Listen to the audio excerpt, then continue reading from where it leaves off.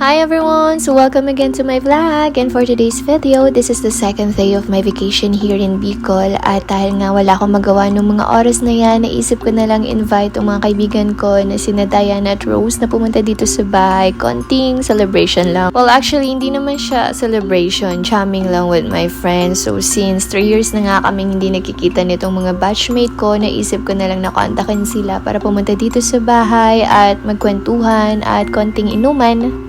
So, bali nauna na nga pala si Dayan pumunta dito sa bahay at maya-maya susunod na rin si Rose kasi medyo malayo pa yung panggagalingan niya.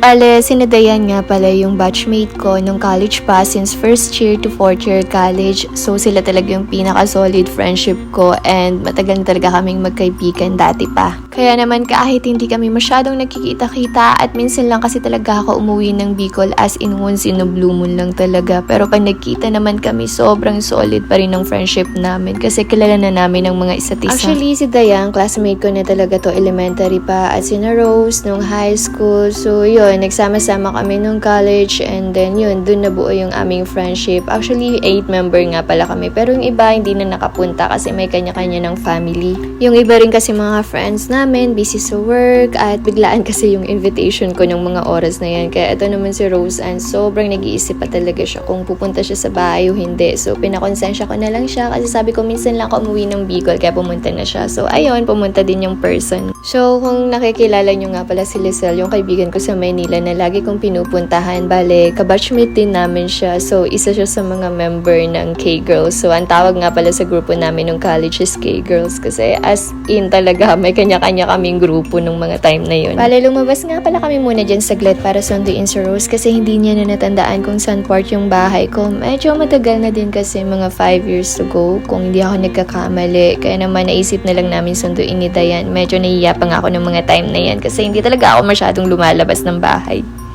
Actually, sa pilitan pa talaga yung paglabas ko dyan ng bahay. Buti na nga lang nandito si Dayan. Pero kung wala akong kasama, hindi talaga ako lalabas ng bahay. At ipapasundo ko na lang si Rose sa mga kapatid ko. Charot. So, ayun na nga, finally, nasundo na namin si Rose at nagmamadali na kami bumalik siya ng bahay para i-set up yung mga kailangan gawin. Actually, yung original plan talaga is lalabas kami at mamamasyal pero tinamad na ako ng mga time na yan. Wala kasi talaga ako sa mood lumabas ng bahay ng mga time na yan kaya naman in-insist ko talaga dito sa mga kasama ko na dito na lang sa loob ng bahay, mag-inuman at mag-video okay at next time, lalabas na lang kami ulit. And since wala pa naman talagang pinaka-final na lugar kung saan pwede mamasyal, so dito na lang muna sa bahay pero before akong bumalik ng Maynila, I think magsiset up ako para lahat makasama. And after nga namin sundiin si Rose, bale inutusan ko na pala yung kapatid ko na bumili sa 7-Eleven ng mga alak at mga chichirya and pulutan kasi hindi masyadong nagpupulutan tong mga kasama ko. Mas gusto daw ni Dayan ng pinya kaya pinya na lang yung pinabili ko at konting chichirya.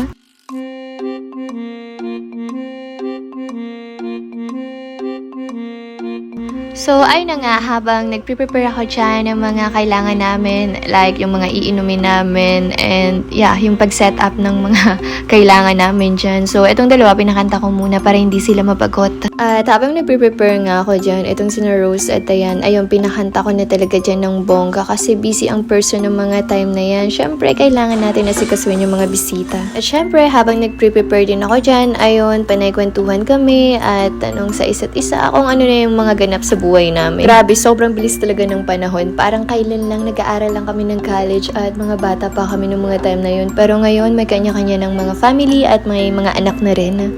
So, natapos na nga ako dyan mag-prepared. So, ayun, umupo na yung person ng mga time na yan. At nag-start na rin ako dyan uminom. And nagustuhan ko nga rin pala tong pulutan na pinya. Kaya, ayun, naglaklakan na kami ng mga time na yan. And if you're asking mo guys kung bakit laging bukas yung pintuan namin, because nagpapataya nga pala ng wedding yung nanay ko at yung mga kapatid ko. Kaya normal na sa amin na bukas tong bahay kasi nagsisilabas-pasok yung mga tao na gustong magpataya sa wedding.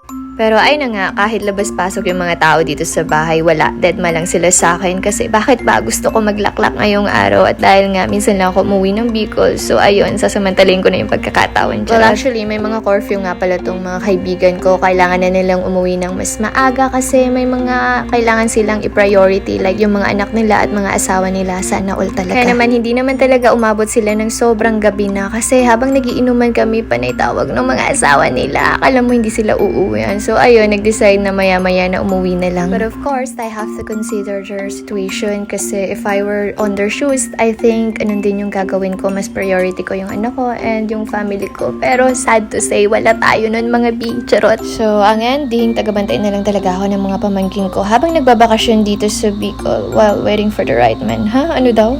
So, ayun na nga, maya-maya, naisip na itong mga kaibigan ko na magsiuwian na kasi anong oras na daw. Buti na lang may dala-dala tong motor si Dayan. So, hindi ko na hinatid sa Rose. Si Dayan na lang pala nagatid dun sa may labas. So, ayun na nga, pag-uwi nga ni na Dayan at Rose, ayun, niyaya ko yung nanay ko at mga kapatid ko na mag-inuman kasi medyo nabitin ako ng mga time na yan. At meron din pala ako tagakanta itong pamangkin ko. Habang nagiinom ako, ayun, siyang kumakanta, charot. So, hanggang dito na lang muna. Thank you for watching, guys. See you next time. Bye!